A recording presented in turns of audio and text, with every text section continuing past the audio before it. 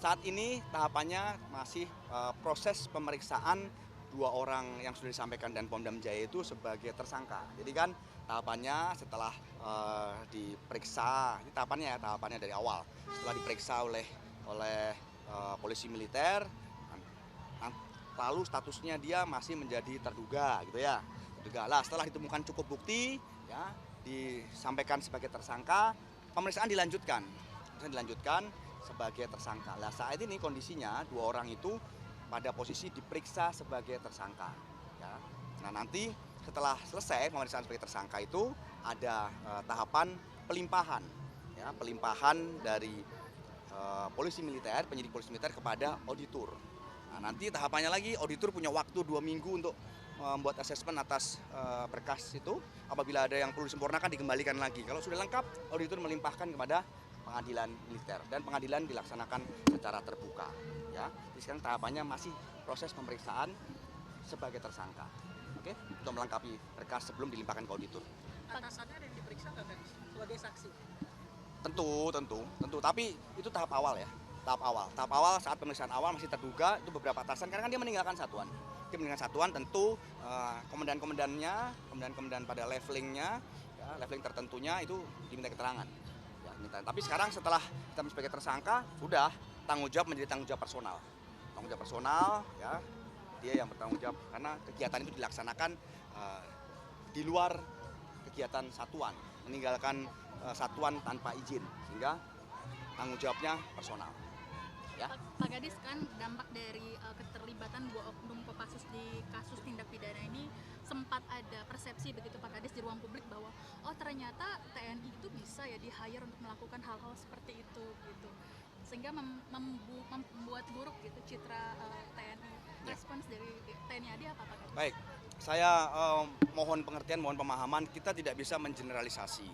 Ya, apabila ada 1-2 personil TNI Angkatan Darat yang seperti itu ya bisa di-hire, ya bisa diminta tolong untuk suatu kegiatan yang melanggar hukum, terus dia mengiyakan, itu tidak bisa lalu dikatakan bahwa semua prajurit TNI AD itu bisa di-hire untuk membantu menyelesaikan permasalahan-permasalahan terkait hal itu. Tidak ya, sekali lagi saya mohon pengertian, mohon pemahaman, dan saya tegaskan di sini ya, pertimbangannya itu personal.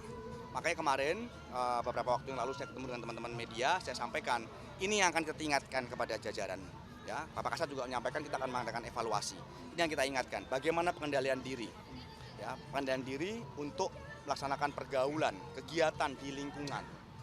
Pertimbangkan betul saat kita berkawan, saat kita berkomunikasi, ada suatu permohonan bantuan, apa manfaatnya untuk personal diri masing-masing dan apa manfaatnya untuk satuan, apa kerugiannya untuk personal dan apa kerugiannya untuk satuan maupun institusi.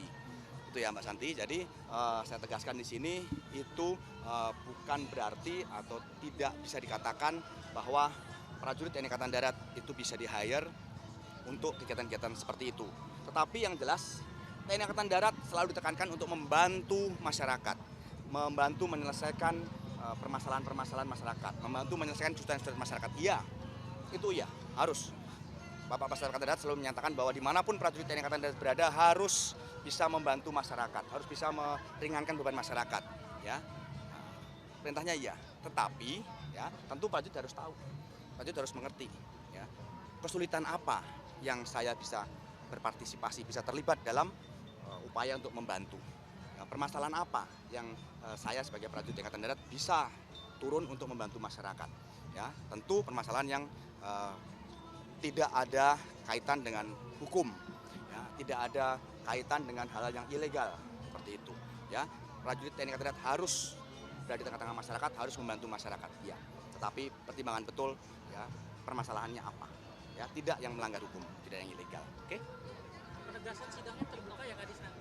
Terbuka. Sidang di pengadilan militer ya dilaksanakan secara terbuka. Ya.